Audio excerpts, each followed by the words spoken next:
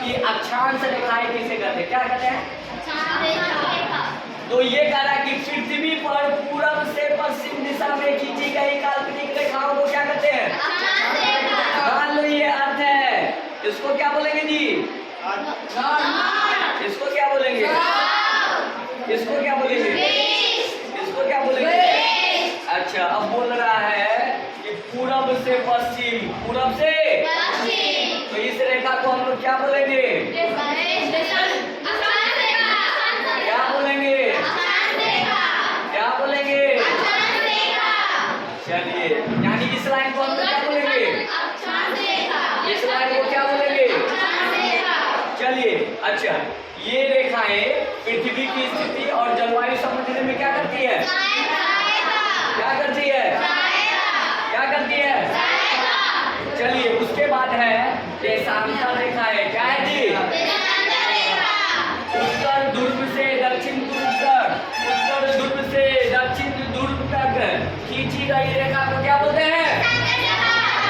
उत्तर ध्रुव से दक्षिण ध्रुव तक। ऊपर क्या है जी? नीचे क्या है? ऊपर क्या है? नीचे क्या है? ऊपर से नीचे, यानी नॉर्थ से साउथ तरफ की खींची गई रेखा को क्या बोलते हैं? नॉर्थ से साउथ तरफ की खींची गई रेखा को क्या बोलेंगे? क्या बोलते हैं? अब ये भी जान लो, इनकी संख्या कितनी होती है? इनकी संख्या कितनी होती है? और इसका यूज हम लोग कहाँ करते हैं? कहाँ करते हैं? कहाँ करते हैं? समय ज्ञात करने में करते हैं। और आप लोग जान लीजिए कि जिस तरह देशांतर रेखाएं हैं और सबसे महत्वपूर्ण होता है अक्षांश रेखाएं, क्योंकि ये रेखाएं से हम लोगों को पृथ्वी की स्थिति और जलवायु को समझने में ये क्या करता है? मदद करता है, यानी सहायता प्रदान करती है। दूसरा, हम लोग आपको बताए थे कि कर्क रेखा। कौन रेखा? अच्छा, कर्क रेखा को बताए, इसको बोलते हैं उत्तरी अक्षांश। किसको बोलते हैं? उत्तरी अक्षांश हम लोग किसको बोलेंगे जी? बोलेंगे उत्तरी अक्षांश। किसको बोलेंगे? उत्तरी अक्षांश। क्या बोलेंगे? अच्छा, यह भारत के बीच से गुजरने वाली महत्वपूर्ण रेखा है। क्या है? अब आपको बता दें कि सूर्य की किरणें 21 जून को इस रेखा पर, इस तारीख को, ये किस जून को भारत में जिन राज्यों से होकर गुजरती। कभी कभी ये भी पूछ देता है कि भारत में कर्क रेखा कितने राज्यों से हो? भारत में कर्क रेखा कितने राज्यों से होकर? अच्छा, पूछ लेंगे। चलिए, आप बताइए कौन कौन?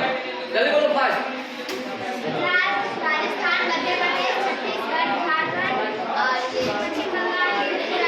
देख के बना कितना सामने था। अरे बाप रे बाप, पूरा एकदम देख एकदम चप चप करके बोल दिया। कल याद देख करके आए होंगे ना जी। बट चलिए, आप क्या लीजिए, पहला क्या हो जाएगा? दूसरा क्या हो जाएगा? तीसरा क्या हो जाएगा? फोर्थ क्या हो जाएगा? फिफ्थ क्या हो जाएगा? सिक्स्थ क्या हो जाएगा? सेवन क्या हो जाएगा? एट क्या हो जाएगा? और ये है आपका कर्क रेखा। ये क्या है जी? को बोलते हैं उत्तरी अक्षांश। क्या बोलते हैं इसको? इसी को क्या बोलते हैं? याद रखिएगा आप लोग। उसके बाद आते हैं मकर रेखा। क्या बोलते हैं जी? अच्छा, ये दक्षिणी गोलार्ध की। कौन गोलार्ध की? आप जानिए, मान लो कि ये है, इसको नॉर्दर्न हो गया। पृथ्वी को दो भागों में बांटा गया, एक नॉर्दर्न हेमिस्फीयर और दूसरा साउदर्न हेमिस्फीयर। ऊपर वाला हो गया नॉर्दर्न, नीचे वाला हो गया ऊपर वाला हो गया नॉर्दर्न, नीचे वाला हो गया। दो भागों में पृथ्वी को बांटा है, एक नॉर्दर्न हेमिस्फीयर, एक दक्षिणी उत्तरी गोलार्ध और दूसरा एक उत्तरी गोलार्ध, दूसरा एक उत्तरी गोलार्ध, दूसरा ये कौन गोलार्ध है? ये कौन गोलार्ध है? क्या किसी को प्रॉब्लम है समझने में? चलिए, अब हम लोग आते हैं प्रधान मध्याह्न रेखा। अब प्रधान मध्याह्न रेखा क्या होता है, आप इस बात को जानिए। और ये 0 डिग्री होता है। क्या होता है जी? 0 डिग्री। ये क्या होता है? 0 डिग्री। ये क्या होता है? 0 डिग्री। आप जानिए। और यह इंग्लैंड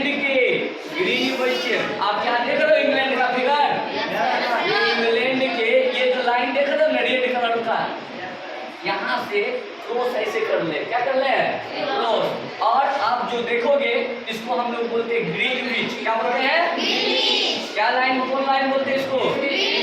इंग्लिश में इसको क्या बोला जाता है? क्या बोला जाता है? कितना डिग्री होता है? कितना डिग्री होता है? ये कौन देश से पूछ रहा है?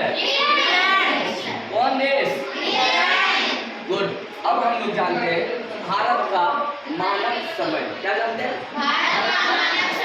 भारत का मानक समय में आप जान लीजिए, भारत का जो मानक समय होता है इतना डिग्री पूर्वी देशांतर से लिया।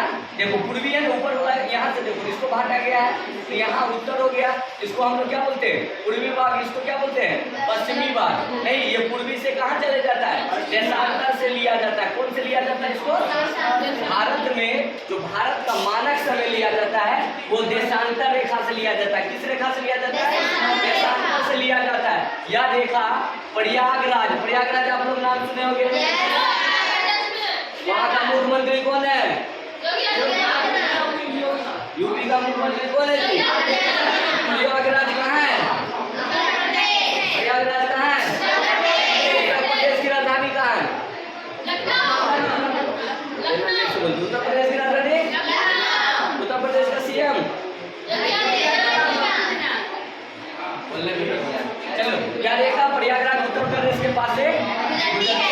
यहाँ पे आपका मैप भी बना हुआ है, आपको यहाँ पे उत्तर प्रदेश आपको शो करके दिखाया गया।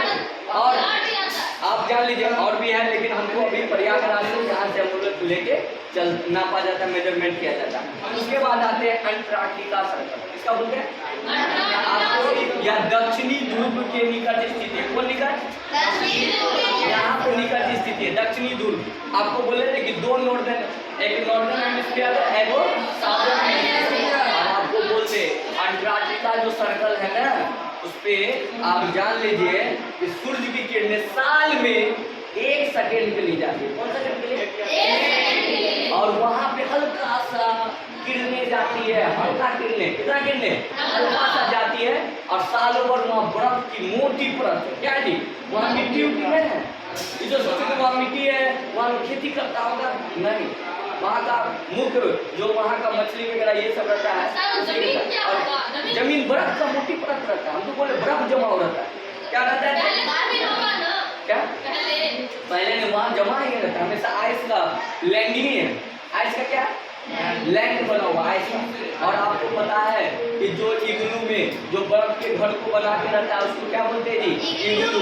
और जो वहाँ के निवासी होते हैं उसको बोला जाता है एस्किमो जाति। क्या बोला जाता है? आप लोग बताए हुए हैं ना। चलिए ये लिख लियो आप लोग, ये पूरा हो गया है। प्रधानमंत्री रेखा लिख लियो। चलिए अब आगे आए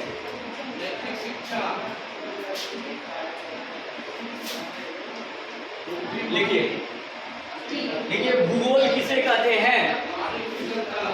भूगोल किसे कहते हैं? क्वेश्चन बना के लिखिए। सबको दिख रहा है? क्वेश्चन बना के लिखिए। भूगोल किसे कहते हैं? भूगोल